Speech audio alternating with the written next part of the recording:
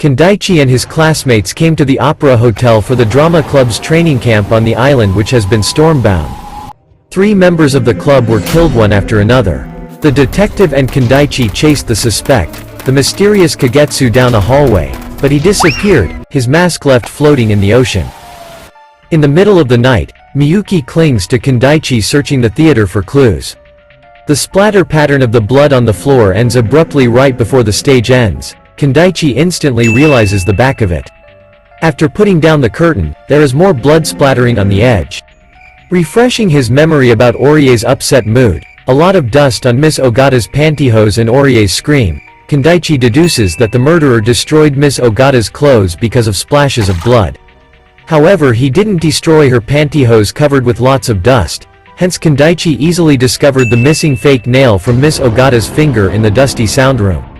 Kindaichi has Miyuki perform an experiment.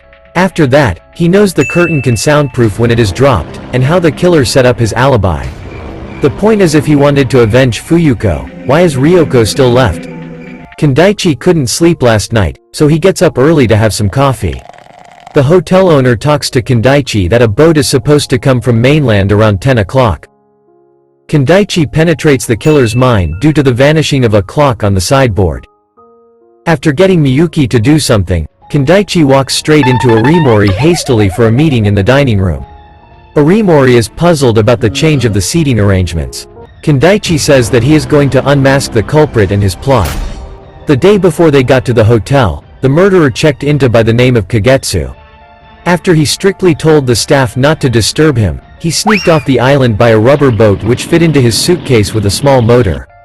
He came back to the island afterwards as if he'd never been. The reason he could hear Orie's scream with everyone, it was because he recorded her scream from the rehearsal at the theater's sound equipment. He forced Orie to meet him on stage by threatening to tell the truth about Fuyuko's accident. He purposely timed it around dinner time to make his alibi. As he set a timer on the reel in the sound room, they all heard the recorded scream. At that moment, Orie Hikata was still alive. She couldn't hear her own scream owing to the soundproof curtain. When it's down, that is imperviable to outside sounds. Before Orie's death, the curtain was down. Taking advantage of pretending to look for Orie, the murderer went directly to the theater. In order to cover her real scream, he rang the intermission bell, then he killed her by cutting the wire. Finally, he opened the curtain, blent into the crowd. With that trick, he set up a perfect alibi. Since the murderer didn't have enough time to destroy the reel, he went back to the sound room to retrieve it. It is sad that Miss Ogata found it, so he had to kill her.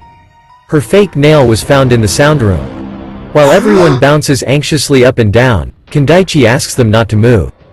When the time comes, the murderer will surrender. In a moment, he will reveal himself.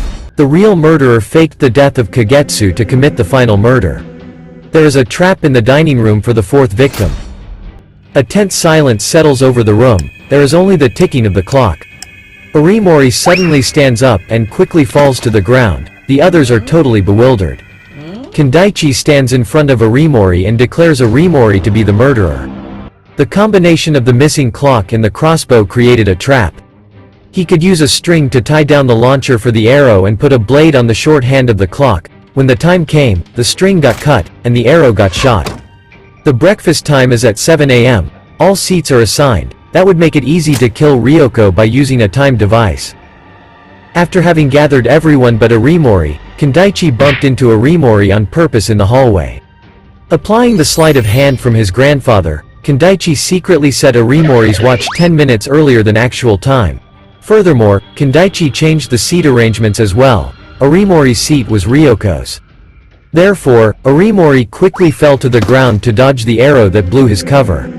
Arimori denies the accusation just because he fell out of his chair. He even asks Kindaichi for explaining the mystery of Harumi's death. There was a wire circling the window, undetectable from the inside. The end of the wire led to Orie's vacant room upstairs. That night, Arimori made a phone call to Harumi from Orie's room, so he could get Harumi to poke her head out. No sooner had he seen her head, he pulled the wire quickly strangled Harumi's neck. There was a clear mark of the wire left on Orie's windowsill. After that, he climbed down to Harumi's room by using the wire, wore her shoes and carried her dead body to the tree.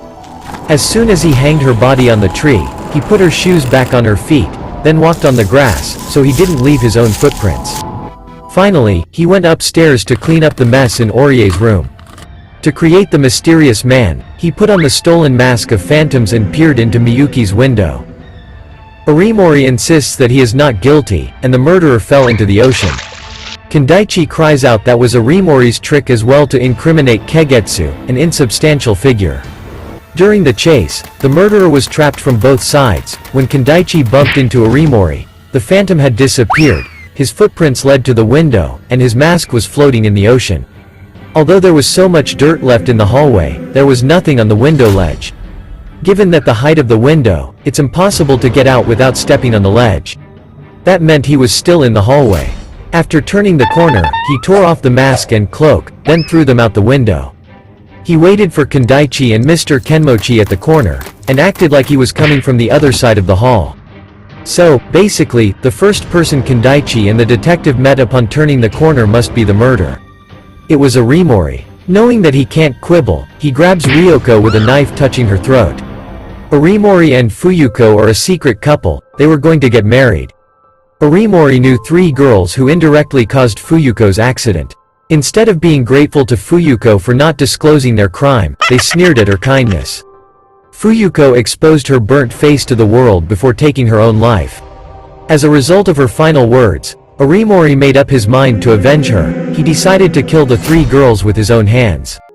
Kindaichi enlightens Arimori as to the real meaning of Fuyuko's message. Her last words from the Phantom of the Opera. I'll still dream of a place in heaven. She wanted to die while she still had selflessness to forgive them so that she could go to heaven before the fires of hate corrupted her innocent heart. She felt evil growing in her soul, she wanted to die before she became a bad person. Realizing his terrible mistake, Arimori clenches his fist, he suffers the agony of remorse. He pushes Ryoko away and catches the arrow from the inside of the fixed box pleat skirt of a doll. Being hit by the arrow, Arimori falls to the floor. He knows that he deserves to die, for he killed their innocent teacher, Miss Ogata. He was the one burned by fires of hell. As to Kindaichi, in spite of the Phantom's evils, his love is for Christine is pure. Kindaichi sorrows at Arimori's death, but his crimes can never be forgiven. Ryoko sobs her heart out for her fault. Like the Phantom, Arimori slipped into darkness one last time, the mystery solved. When Kindaichi and Miyuki are walking to school, the detective, Mr. Kenmochi suggests to take them too, because he wants to talk with them. The opera house would be torn down the following day. After several days of investigation, he unearthed the hotel owner's daughter committing suicide on the stage with poison. She was in the drama club as well, her boyfriend abandoned her to follow her co-star. What a coincidence, their play was also the Phantom of the Opera. The theater was perhaps cursed. That was why the owner of the opera hotel, Mr. Kurosawa's mood changed dramatically while he reminisced about the past of the theater. In addition, Arimori started living on his own after his parents got divorced. Besides, the rubber boat and Fuyuko's letter among a pile of newspaper were found in Arimori's apartment. The letter has not been opened. After Fuyuko's suicide, he hardly went back to his place. Dear Yuji, by the time you get this letter, I'll no longer be part of this world. My heart is becoming ugly like my face and I can't stop it. So before my heart becomes too vile, I've decided to take my life. In heaven, my heart will be safe. I have one last thing to ask. Please forgive those 3 girls, so that we can live together in heaven one day. If Arimori read this letter, none of the murders would have happened. With regard to Ryoko's responsibility, it was all an accident. Even though all of the 3 girls, Orie, Harumi and Ryoko were trying to be rather casual, they were consumed with guilt. The murders were driven by a strong emotion running beneath the surface, it is love. The car pulls up at the gate. Mr. Kenmochi lets Kindaichi keep Fuyuko's letter. The detective really admires Kindaichi's talent. Kindaichi wants to be a carrier pigeon to deliver Fuyuko's letter to Arimori at his grave. Miyuki's heart is pounding not for her first truancy, but for the intelligent and kind-hearted boy, Kindaichi.